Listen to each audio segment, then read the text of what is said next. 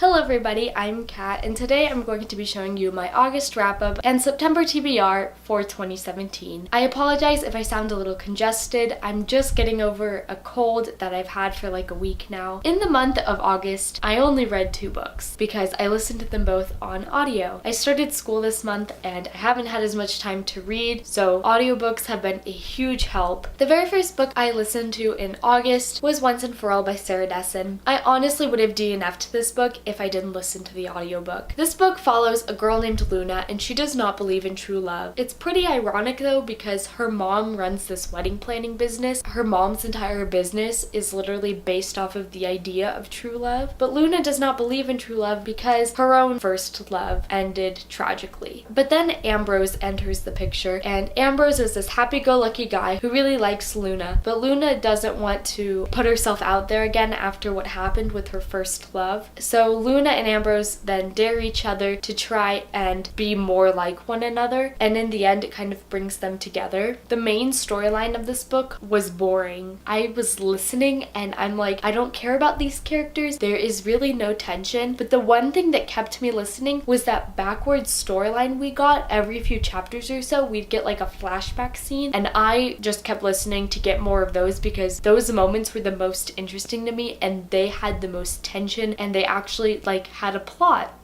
I hate the reason that Luna doesn't believe in love. Just because a tragic incident happens doesn't mean that true love doesn't exist.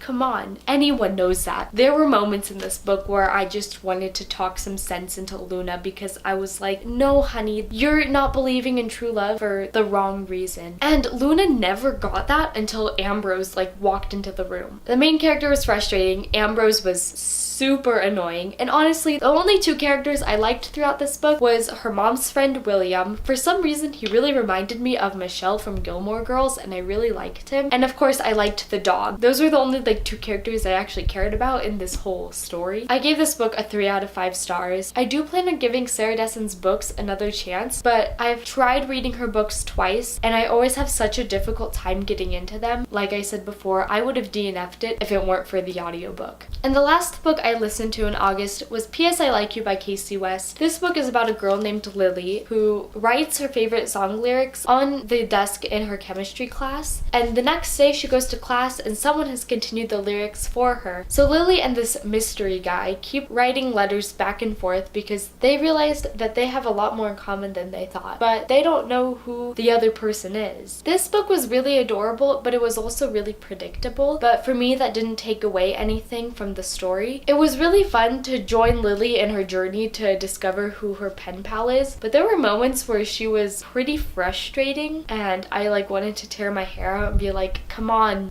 you know better than this. But overall, I really did enjoy it, and I would totally recommend it if you are in a reading slump, because this book is the perfect reading slump cure. I ended up giving this book 4 out of 5 stars. It was really cute and really adorable, and I'm really excited to read more of Casey West's books because I really enjoyed this book. Now for my September TBR. The first book that I want to get to in September is The Savage Song by Victoria Schwab. This book was on my TBR for last month, and it's on my TBR for this month. But it's not like Gemina where, I just keep putting it on my list and I don't actually read it. I'm actually reading this book. I'm 150 pages into it. I'm really enjoying it. I'm taking it very slowly. This Savage Song takes place in a world where monsters are created from acts of violence, and it's so cool and weird all at the same time. And we follow these 2 characters named Kate and August. Kate is this ruthless girl. She's a lot like her father. She wants nothing more than to just go home and be reunited with her father because her father keeps sending her to these boarding schools and she just wants to get back home. And then you follow this boy named August who is a monster, but he doesn't want to be. He just wants to be human. The next book I want to read in September is Geek Arella by Ashley Poston. This book is about a girl named Elle who is this huge fangirl of this TV show called Starfield, and when she sees a cosplay contest for this show at this convention for it, then she knows that she has to enter because the person who wins the contest will get to see the premiere of the rebooted movie of Starfield, and they'll also get to meet the actor who's playing Prince Carmendor in it. And Elle is not very happy about the guy they cast to play Prince Carmendor, so she's gonna like tell him off. And then we follow Darian Freeman, who is the guy playing Prince Carmendor, and he does not want to go to this convention at all. Darian is more than thrilled to be cast as Prince Carmendor, but the fans have already dismissed him. He has decided that at this con, he is going to show the true fans of Starfield that he really is one of them and not just another heartthrob. Online, he ends up texting this number, and they keep texting back and forth, and the other number turns out to be Elle, and him and Elle have a back and forth conversation